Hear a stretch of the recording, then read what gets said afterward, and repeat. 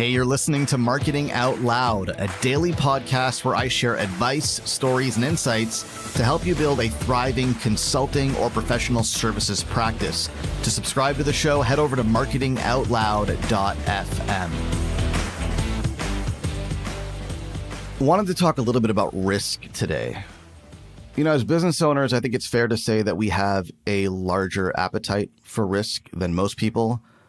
But at the same time, if you're like me and you're listening to this show, you're probably not like the big risk-taking entrepreneur either. You're not like Elon Musk, who's going to put all of his money and his reputation and his time on the line to make some big bet that could change the world and could pay off handsomely.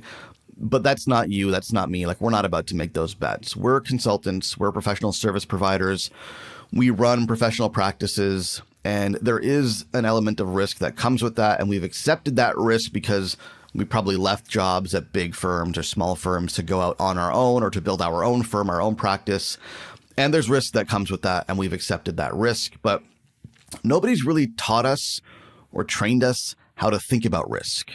You know, we didn't learn this in school. I mean, you probably didn't go to business school. I went to business school.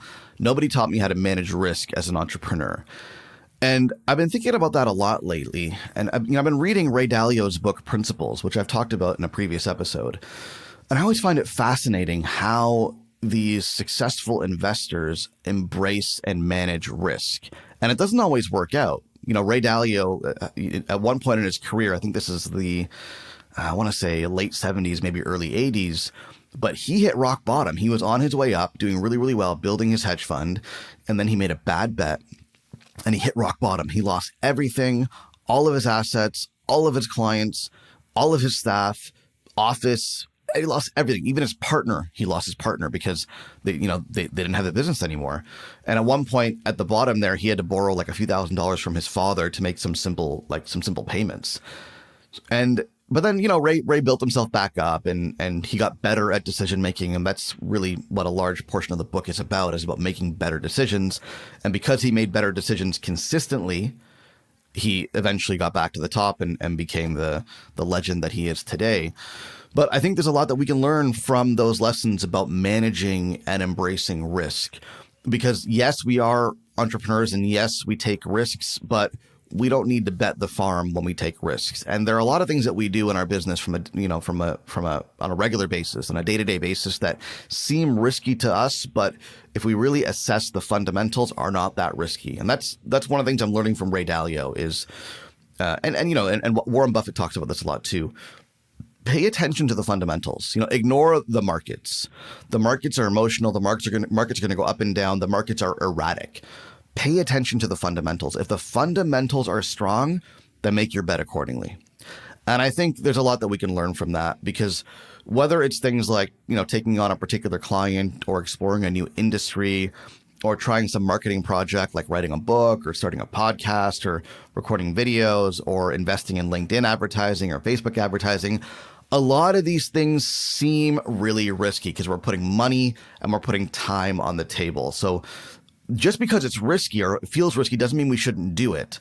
But we need a framework to assess what ventures, what projects are worth the risk. And here are three things I want you to think about when you're asking yourself that question. The first is, where are the fundamentals? Are the fundamentals strong? So let's take an example of writing a book. The fundamentals would be things like, do I have expertise that I could share in a book? Do I have an audience of people who would be willing and receptive to those to receive those ideas? Do I have a process that I can go through to write the book? Do I have the time to set aside to consistently make progress on the book? And when would it be done? Those are the fundamentals. So if you've got the expertise, if you have the audience, and you have a little bit of time you can set aside to writing a book, then the fundamentals are pretty strong, right? If one of those was not true, like if you didn't have the expertise or you didn't have the audience or you didn't have the time, then fundamentally, this project is not going to go very well, right? So that's one question. Are the fundamentals strong? The second question is, are other people doing this? Other people like me.